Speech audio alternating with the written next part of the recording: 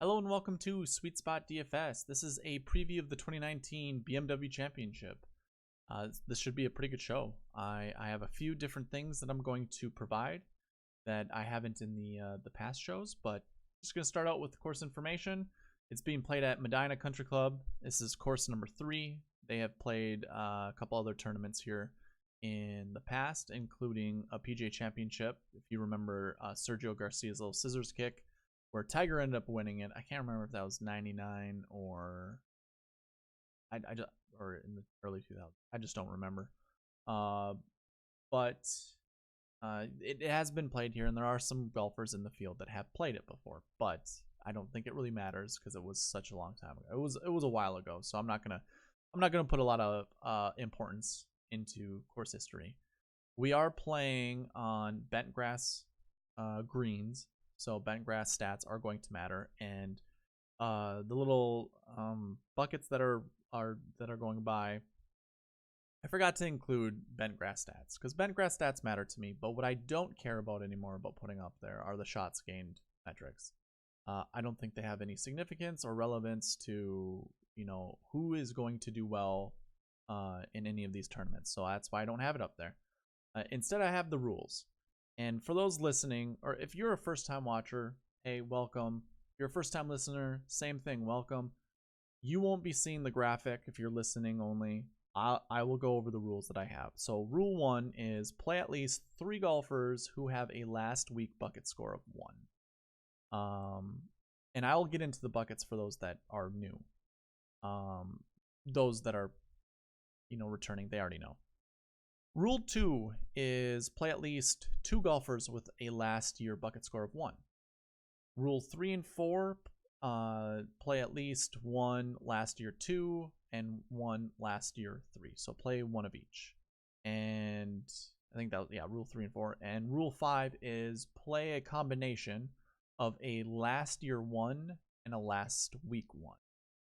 So just with that last rule, rule 5, you can actually essentially can remove 1 from rule 1 and rule 2. So instead of playing 3 last week ones, you can just play 2 if you also include rule 5. Hopefully I didn't lose you.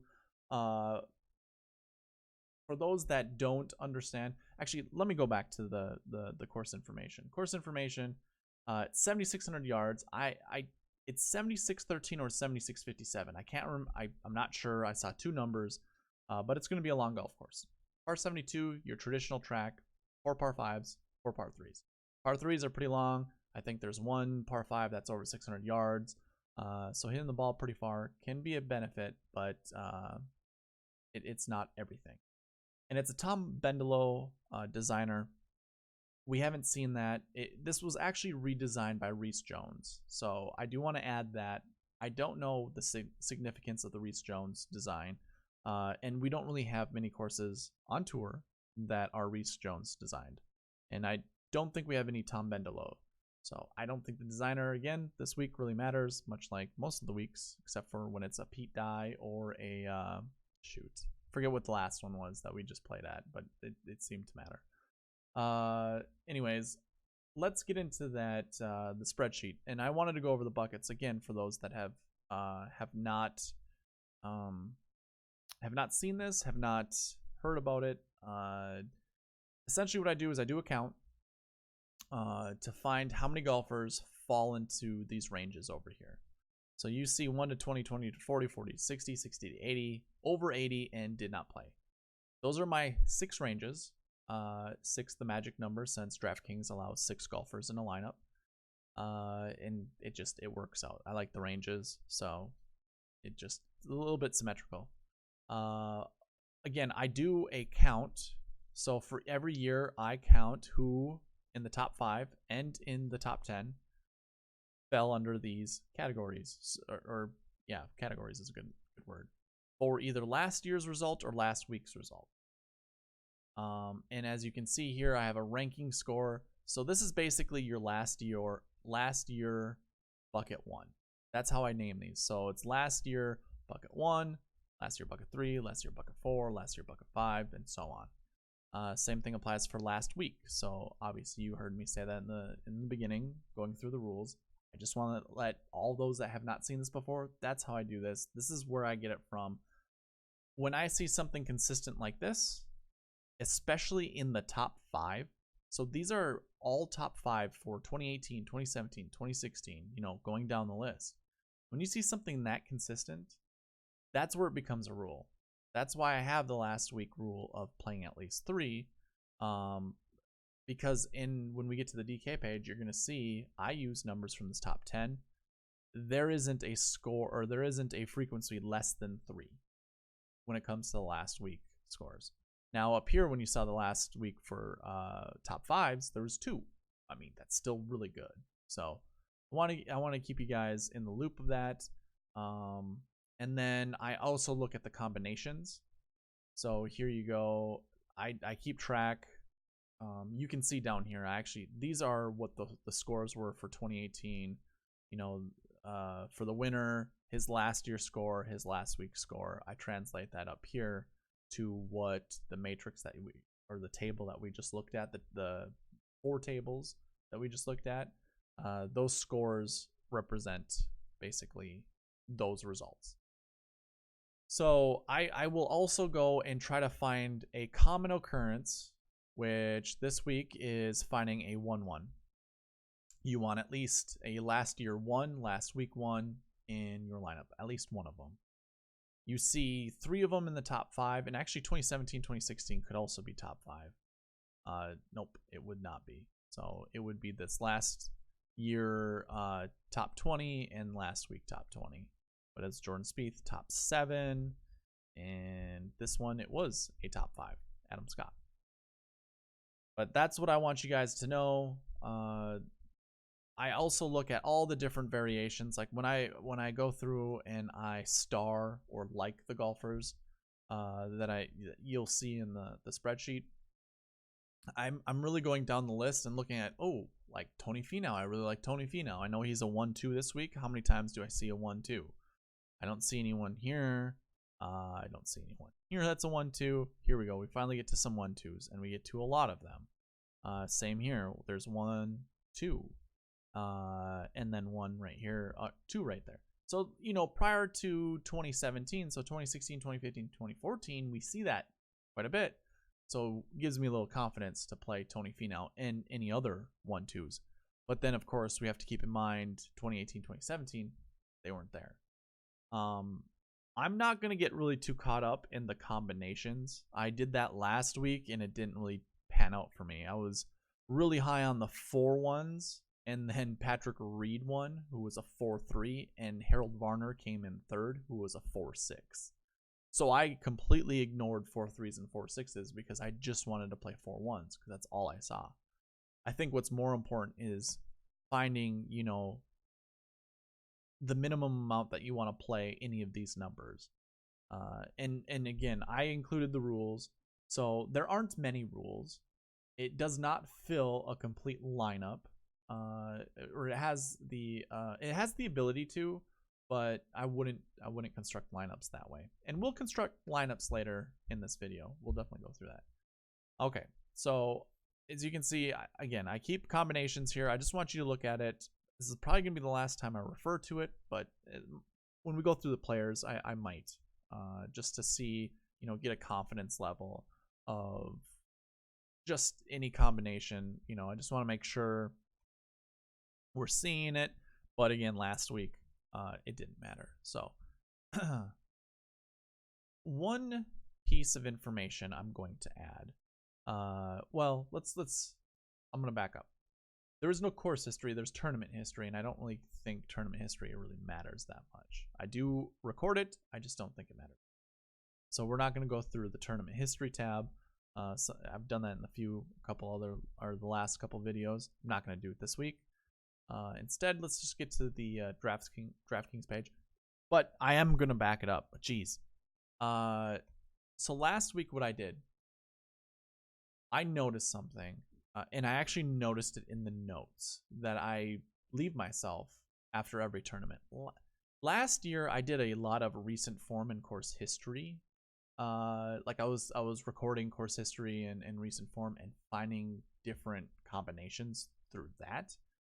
And I have no problem admitting this. Last year was much more profitable for me than this year. This year I am not in the positive, but last year I was. And I don't know if that's just a coincidence, but last week's tournament was really interesting. What I started looking at was recent form within the top 5. And just seeing if there was anything, actually what happened was it caught my eye.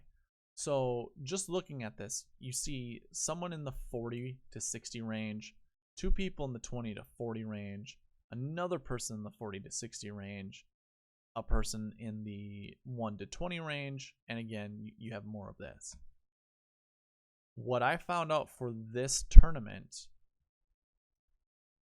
this combination right here pretty much follows through on all of them. So I almost wanted to include a rule saying start your lineups with 2 golfers who have recent form of 20 or better, 2 with 20 to 40, and then 2 with 40 to 60. And then you're going to interchange those as you create lineups, because as we go through this and we look at all the golfers in the top 5, first of all, you're not going to see many of these golfers with the 60 to 80 range. You will see it a couple times, but you're not going to see it much. But I could still make the argument to follow what I said. So there you go. You got 2 20s or 2 under 20s. Now you have 3 20 to 40s. Well, like I said, you could substitute any of these ranges for another range. So basically, if we went with 2 2 2, substitute one of the 40 to 60 ranges with a 20 to 40, and you get this number right. We go to 2016. Now we see one of those 60s. Here's the top 5. All of this right here. You see 3 golfers under 20. You see 2 golfers with a 20 to 40. And then you see 3 golfers with a 40 to 60. And then 1 golfer with a 60 80. You didn't have to play JB Holmes. He was 4th with the rest of the other golfers here. So like you could have done any of this. Easily could have done any of that. And again, you have the 2 golfers under 20, 2 within 20 to 40, 2 within 40 to 60. And I'll go through all of them. You're going to see that in just about everything. So here we go. We have 2 golfers of 60 to 80. Now, I guess you could substitute 2. I mean, obviously we see you can. I mean, if I'm going to play it that way. So substitute 1 20 or better with the 60 to 80 and 1 40 to 60 with the 60 to 80. I'm not going to say do that because that you don't see the 60 to 80 range, but you did need Daniel Berger and Scott Piercy in order to win anything for that year. But here we go, 2014. Again, I mean, you're seeing it. Here's the top 5. You just have 1 extra golfer that does not fall. I mean, it's 1 extra golfer in the 20 to 40 range, but it's 2 2 2. 2 under 20, 2 to 2, 20 to 40, and 2 40 to 60. Then we go to 2013. Still recent form. Again, same thing, man. Same thing. So we have 2016 as our anomaly.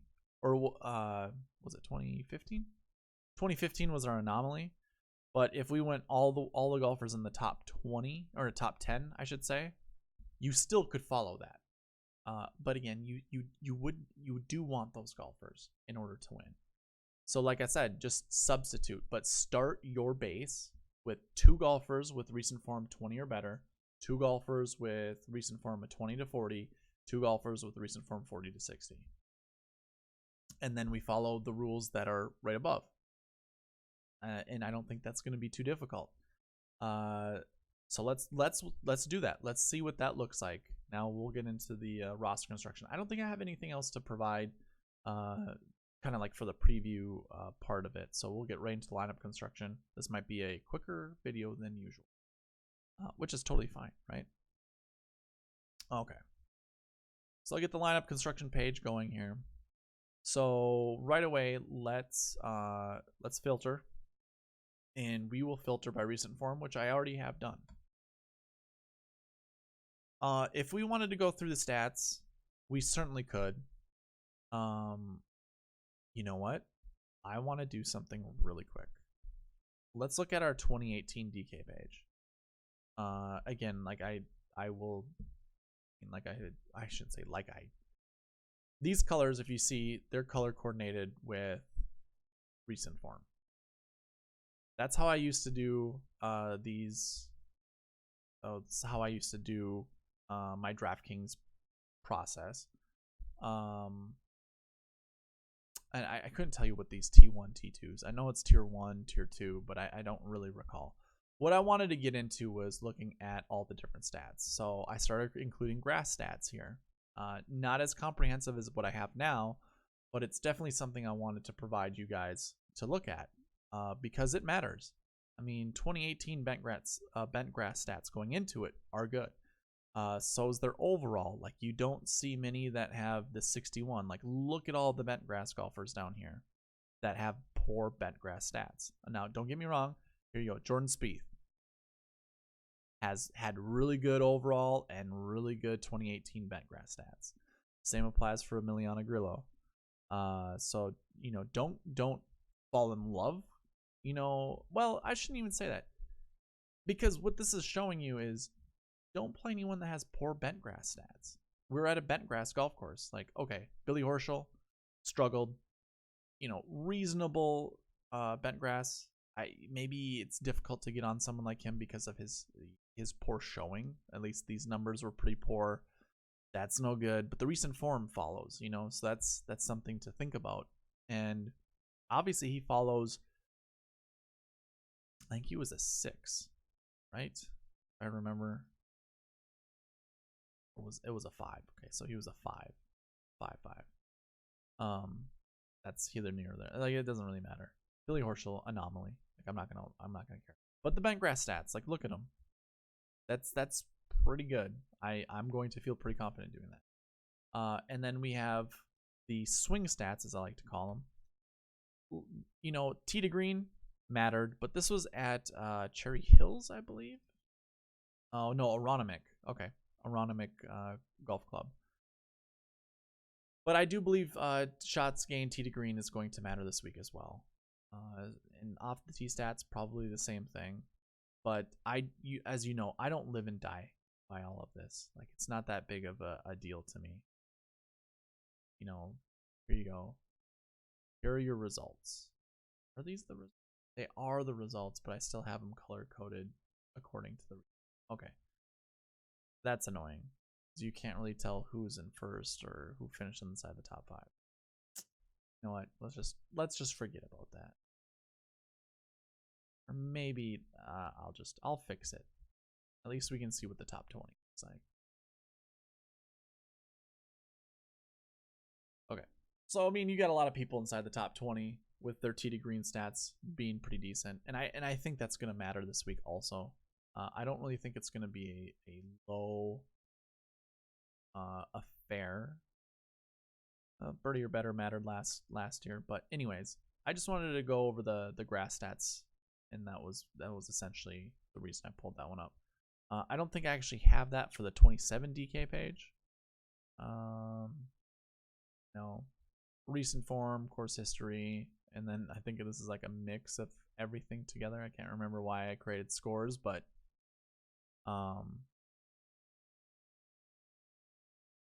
actually, I didn't even know what their results were. Okay, well, 2017 didn't matter. Waste of time. All right, let's get into the lineup construction. I have it already sorted by top 20. So we're going to start with 2 golfers from here. I really like Rory McIlroy and Justin Thomas. And Justin Rose. Those are my 3 golfers that I really like out of this range. Now, here's the good thing. Depending on how you want to start your lineups, you could start your lineups with a last week bucket 1. Like, we could go with our 1-1s. There aren't many, and you want to play at least one of them. So, I mean, you have the choice between Rory, Justin Thomas, Patrick Reed, Webb Simpson, Justin Rose, Jason Kokrak, and Andrew Putnam. This is why I like this process. If you need to find at least one golfer who is a 1-1, you can eliminate 2 golfers or even 3 golfers that have 10K or above salaries, and focus. Like if you're like, I'm gonna do with Jason Kokrak. I really like Andrew Putnam. I put a question mark because I just don't know how much I'm gonna play of him. But this is pretty good. You know, he is a 1-1 for a reason, and I bet you he's flying under everyone's radar. So if you play Putnam, I mean, you can play another 1-1, but if you wanted to like really, you know, change it up, just play Putnam and don't play any of these other 1-1s.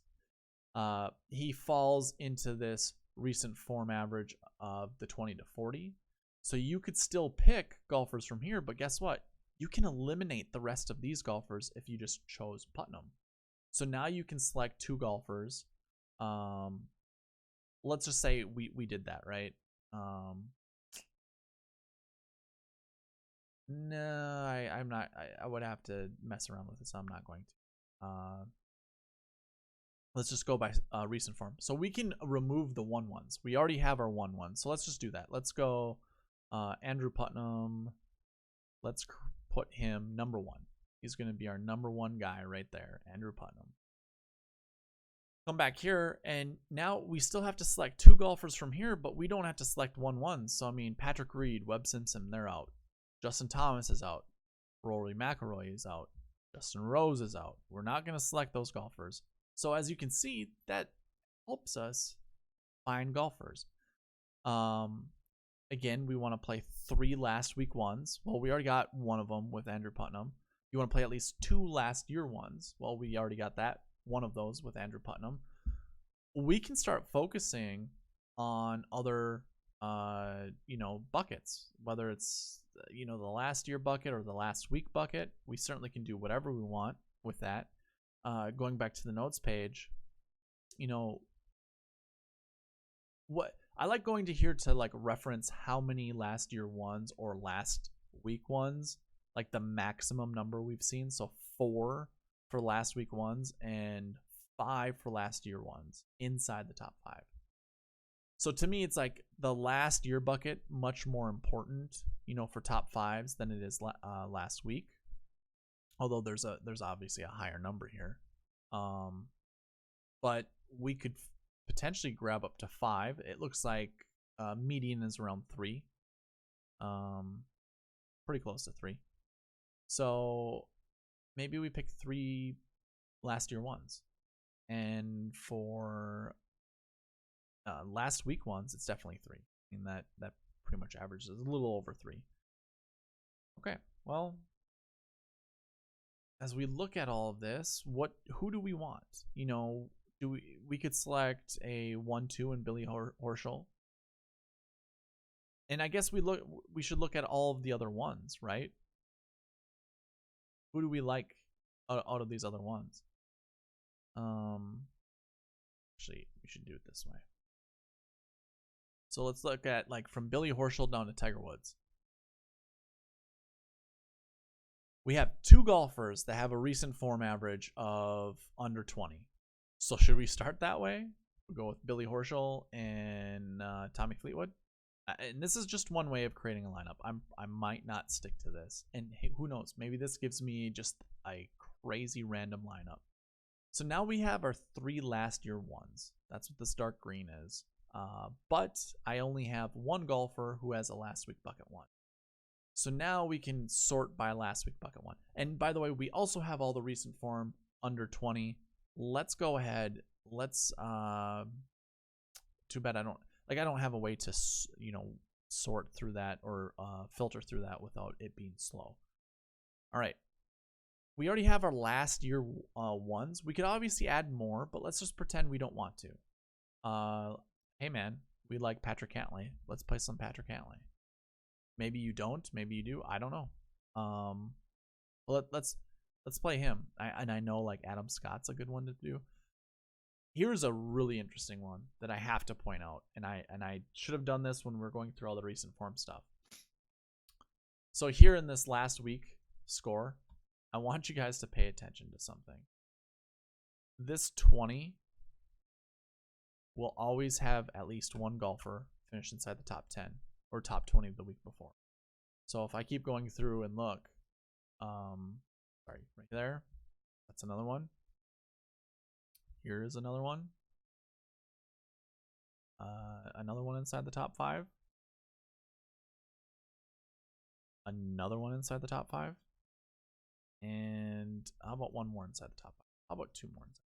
So every year, recent form of that 20 to 40 range with a last week finish 20 or better.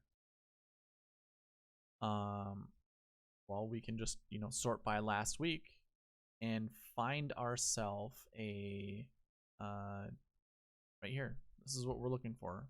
All of this. So we can choose any of these golfers.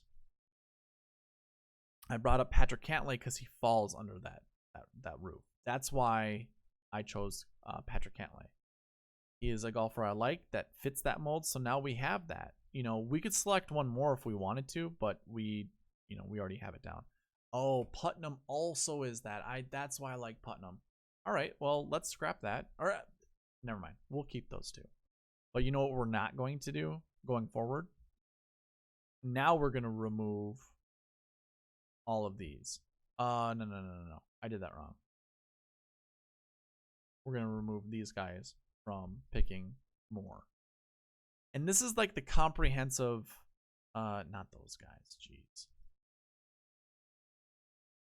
This is the comprehensive kind of analysis that I intended to do when I first started this, and I just never got there because, believe it or not, stream or recording is pretty tricky.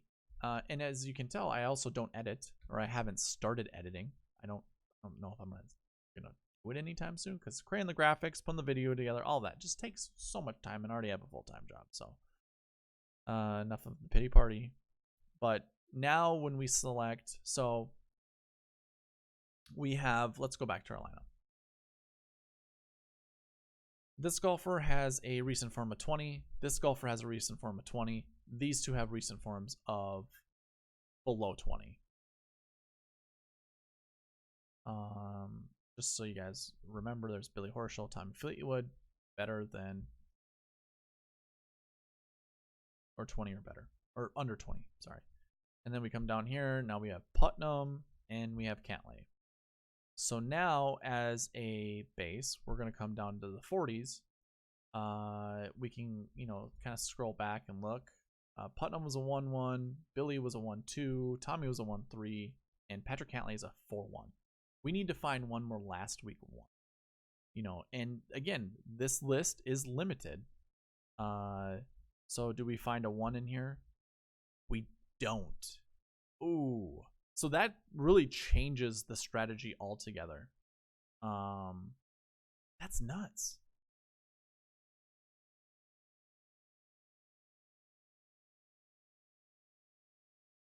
I like seeing this because now this really limits my roster construction.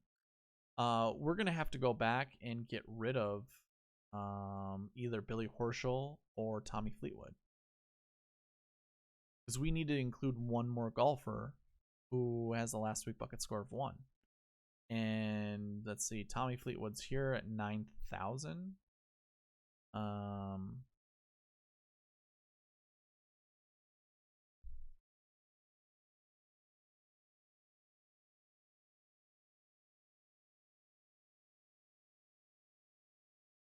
Trying to find like a golfer that's somewhat cheap.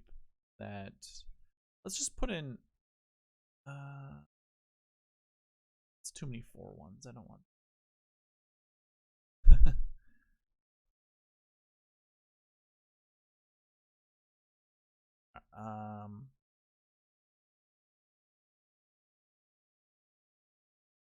Here, let's put in Ryan Moore. We're gonna replace Fleetwood. Gives us $8,400 now. Now we don't have, the 3 last year ones. This is actually our minimum of last year ones. And again, this is color coded, so that dark green means that they're a last year 1. Light green is last year 2. Orange is last year 4. I haven't been saying last year. It should be last year. So now we can come back here And more now is our golfer that has this top 20 recent form. So now we come back down here and let's find our golfer that has a 1. I personally don't like these. I don't like Ricky Fowler or Francesco Molinari, and this is why. 1/6s don't tend to find their way in the top 5. They are top 10 golfers. They don't find themselves inside the top 5. So maybe Molinari at his price. That's actually a decent price to finish inside the top 10. But if we went through all the recent forms and we were looking at golfers who missed the cut the week before or had a withdraw. So Billy Horschel, no. It's golfers who did not play. So there's Ricky and Francesco from last year. They did this last year. Finished inside the top 10. Okay, that's cool. But then we don't have any golfers here that did not play the week before. Or here. When do we see it? Okay, here we go. Sergio. Is that right? So there is one golfer that finished inside top 5. Is this him? Is that Sergio?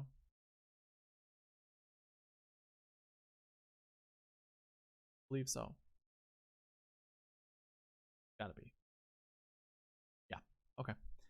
All right. So it was Sergio, and I like to see which golfers these are, because if it was like a Ryan Palmer or a Graham Dillette or anything like that, then we can associate that with a certain golfer, and say nope, not gonna do that. So Sergio fits in that mold with Molinari and Fowler. But, going back to the notes, you don't see many 6s. You don't see any other 6s. It doesn't look good. And I'm not going to play them because of that. Again, this is my way of, just really filtering out golfers that don't follow that mold or don't fit inside that mold. What you do see with these golfers with the 40 to 60 range is, I believe this last year, actually not here. These numbers right here, the 52s. So if we went through, like, the oranges just match with each other. So 40, 40, 40, 40. You don't see it here.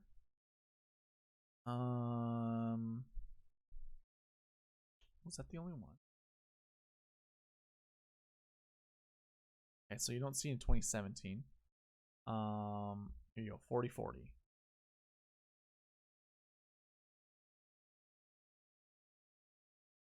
And 40, 40, 40, 40, 40, or, well, within that 60, 40 to 60 range. Don't see it with these two, but right down here, I guess.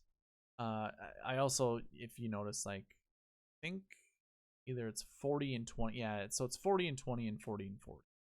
Those are the things you see a lot of. They're almost interchangeable. Because you're 50, 40 to 60 to, if you're following along, hopefully you are. I mean, you got it right down here. And then you look at the golfers: Justin Rose, Sergio Garcia, Matt Kuchar, Roberto Castro doesn't really follow that. Daniel Berger, I don't think follows that. JB Holmes. Okay, so now it's good to see these names because it's like they're not that big of a deal. Bubba Watson, Jordan Spieth, So when we see this 40 and then a 20, like, it looks like a lot of good golfers are within that range, or somewhat like that. So anyways, going back, I am probably going to target some of these golfers, and Gary Woodland has been popping up, so I'm just going to add that he's a 1. I'm looking for a 1, at least one more. That's not part of the rule, but I do want one more 1. And now I'm free to select whoever. Is that correct? Andrew's a 1. Ryan Moore was a 1. Patrick Cantlay is a last week 1. Okay. It would just be smart to pick a last week 1. Oh yeah, we can't. We can't out of this range. Forgot about that. So we selected Gary Woodland, who had that 50. I'm going to select one of these guys here now. Is there one more?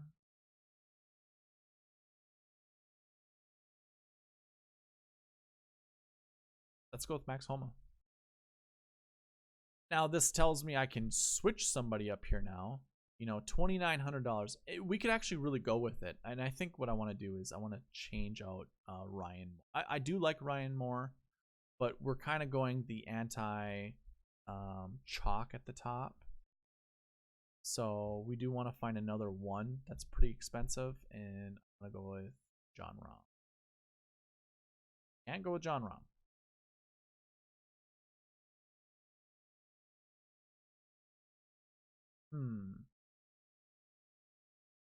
Darn it. Really puts a monkey wrench into it. Maybe we just go with Justin Thomas. I'm cool with that. So, I mean, this is one way to create a lineup. And now that I go through this, what I'm really going to do is start with this range down here. And I actually might come down to, you know, again, substitute one of those sets. So substituting your golfers in between that 20 to 40 range. So this is how you can pivot. You could pivot from like Jason Day. So if I went like this, I could put Jason Day right there. That's a pivot. That's a good pivot.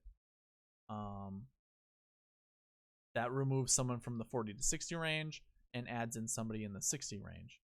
Same thing could be applied for like Billy Horschel, I believe, right? Pretty close to the same price. So that's what you can do. So now I've just removed somebody in that under 20 range, and now, you know, it fits under that category. And to be honest, this is how I'm going to create lineups. I'm sold on it. I'm just going to go through it. I'm going to go with it. I think it's a fun way to create lineups. To me, it's fun. And that's not a sales pitch to you guys. It's just we want to get closer. And I understand golf is almost impossible to do this, but we want to get closer to actually predicting properly who is going to finish inside the top 10, or who has a good chance to finish inside the top 10. When we create more rules, we define what we're looking at just a little bit more. We are we're removing any other combination that you can have. So any other probability, basically. And if we start with like the 1-1s, you know, Andrew Putnam, obviously Justin Thomas is a 1-1. So that mixes 2 1-1s. But as you could see, I could not fit another golfer. Yeah, I couldn't even do Dustin Johnson. Because I'm looking at these right here. You know, John Rahm was $300 over the limit if I were to switch out Ryan Moore with John Rahm. So I couldn't put him there. Patrick Cantley's already in the lineup. So really I could have like went with Patrick Reed. That would have left $1,000 on the table, which isn't bad. You know, this is a no-cut event, so that's not a bad way to do it. We could also add Adam Scott to that list pretty easily. But hopefully what you saw, you know, looking at the different combinations, looking at that recent form average and seeing what, you know, to pair that up with a last year or a last week score, and then apply that to the rules that are bumping up right above here, I think is a fascinating way to create lineups. Yeah, sound off in the chat. You know, like, I want to know what you guys think about that. I know you guys don't have access to this spreadsheet. I've said it before. $50, I'll give you everything that I have.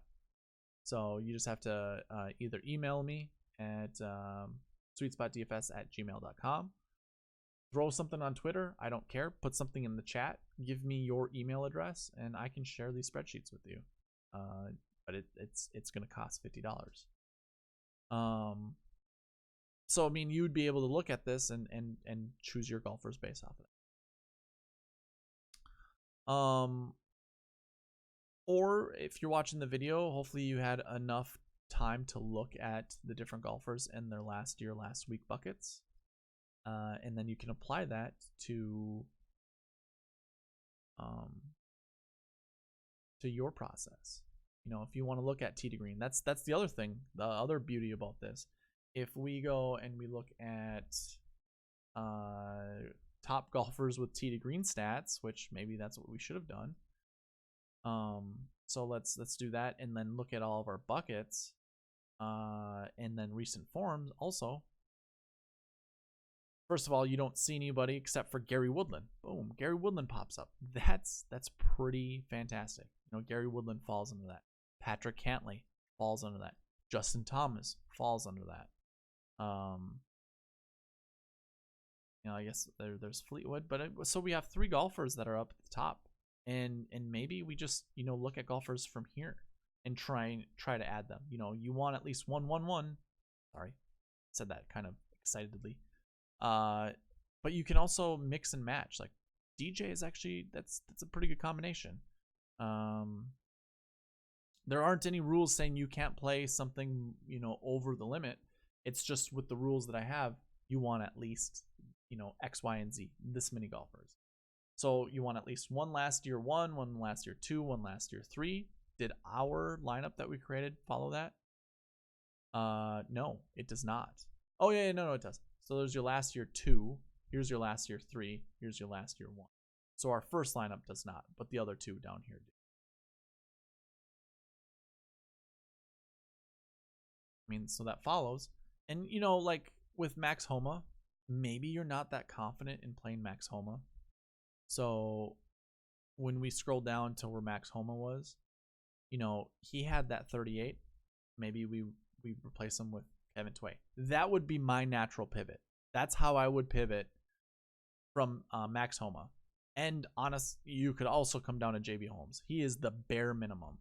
I know a lot of people don't like playing him, but he fits in what we have analyzed. Like, we've analyzed golfers between that 40 to 60 range for recent form, either have the ones that finish inside the top 10 typically had either a last week finish of 20 to 40 or a last week finish of 40 to 60.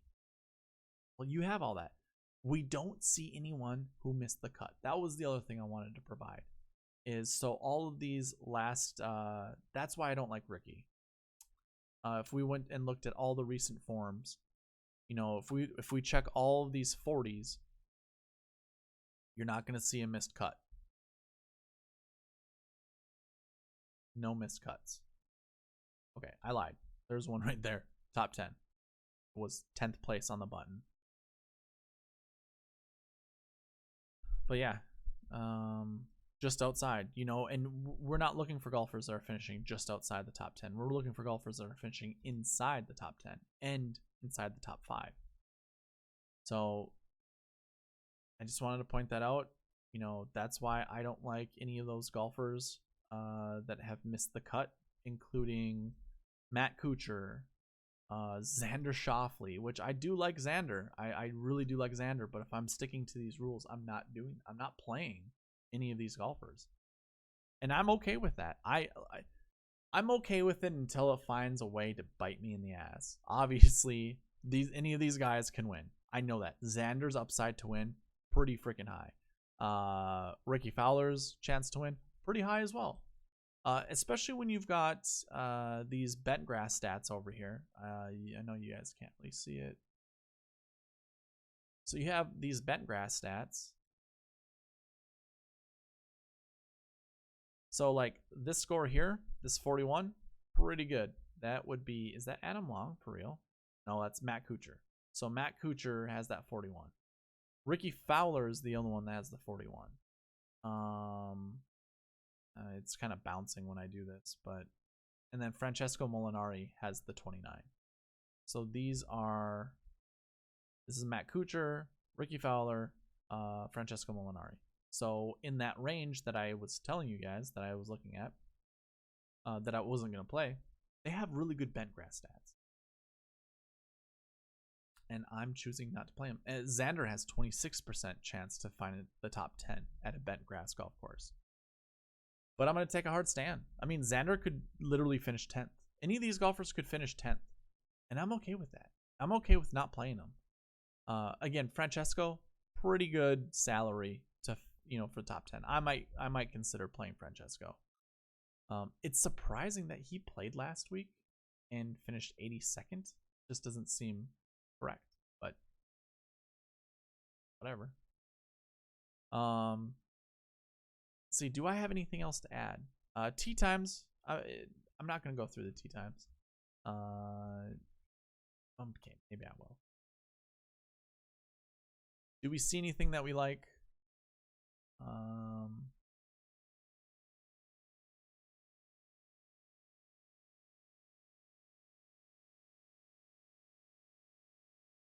Finau, this group I like. I also really like this group, especially if you're trying to find a way to play Paul Casey. I don't mind pairing him with Adam Scott or Justin Thomas. Likewise, I don't mind playing Thomas with Adam Scott. That's a pretty good lineup. I'm gonna look into that one. This is a pretty good lineup, especially if you're on Gary playing someone like Xander or Abraham Answer. I like Answer, by the way, this week, so it might be worth the play. This is gonna be a pretty good lineup. I'm always wary of people playing with Patrick Reed because I just don't feel like many people like him, especially playing partners. So this could be a detriment to both Brooks and Rory. I typically like to think of Brooks as a golfer who just doesn't care about that kind of stuff, but there's the possibility that he does, and that's not very good. Max Homa with Morikawa and Champ. I'm probably gonna stay away from Champ. I don't know why I would play Cameron Champ, but Colin Morikawa has a really good bent grass record so far. The 3 events that he's played this year, really good results. He finishes inside the top 10 67% of the time. That one, Joaquin Niemann and Emiliano Grillo. I like those guys together. More with Jason Day. I kind of like that. And then sprinkle in Adam Hadwin every once in a while. It's pretty decent.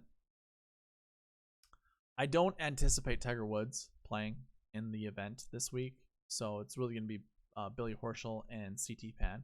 I don't know what their dynamic's going to be like. I do know Billy Horschel is very impatient. So if he has to play in a twosome and he's constantly behind... I don't see anyone slow in this group, but has to play behind a threesome, he might get a little perturbed. Who knows?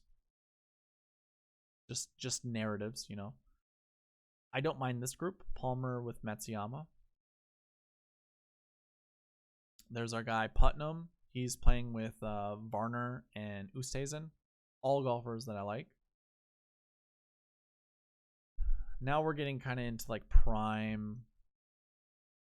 Yeah, prime time. Yeah, that's exactly what these 4 groups are. So really pairing any of those together. I like Cantlay and Rahm. That's a pretty dynamite. I'm gonna do that in a bunch of my lineups. I'm gonna put numbers here that of golfers that I like together.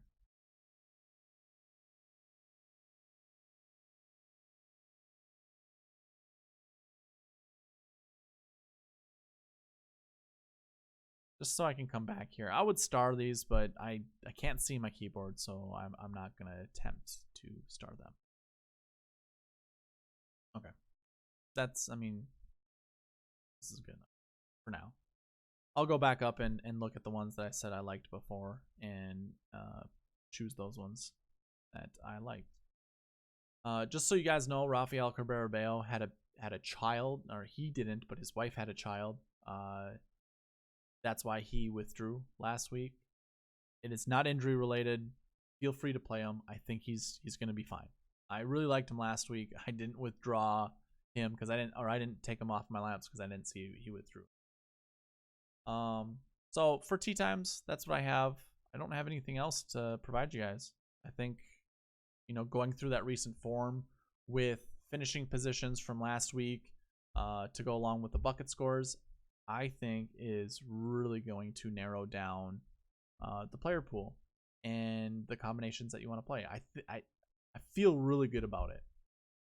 And part of it's just because it's a puzzle that fits really nicely. It might provide a bad picture, might not be what we see on the box, but I'm hoping it does. I really want to get to a point where I can start predicting this stuff, or at least using. I'm going to use the word advanced analytics, and I know people are going to cringe at it because I'm using stats, by the way. These are stats. The last year bucket, last week bucket represent stats. They're just ranges of stats, but they are stats regardless. I want to, try to figure out how to do this in a comprehensive way. So hope you guys enjoyed the video. Again, if you're interested in the spreadsheets, reach out to me. Eventually this is what I want to do. I do want to sell them, and I do want a website that will showcase that, and of course we'll have a more secure checkout so it's more comfortable for people purchasing. I totally get it, the donation to PayPal. If you don't feel comfortable doing that, again, let me know. But I am going to conclude the video there. I do appreciate you guys visiting, watching the video, being interested somewhat. Like it if you liked it, subscribe if you aren't already, and leave a comment if you have anything. Again, you can reach me at Twitter, at SweetSpotDFS, and you can reach me email or at Gmail, sweetspotdfs@gmail.com. Thanks, guys, and good luck.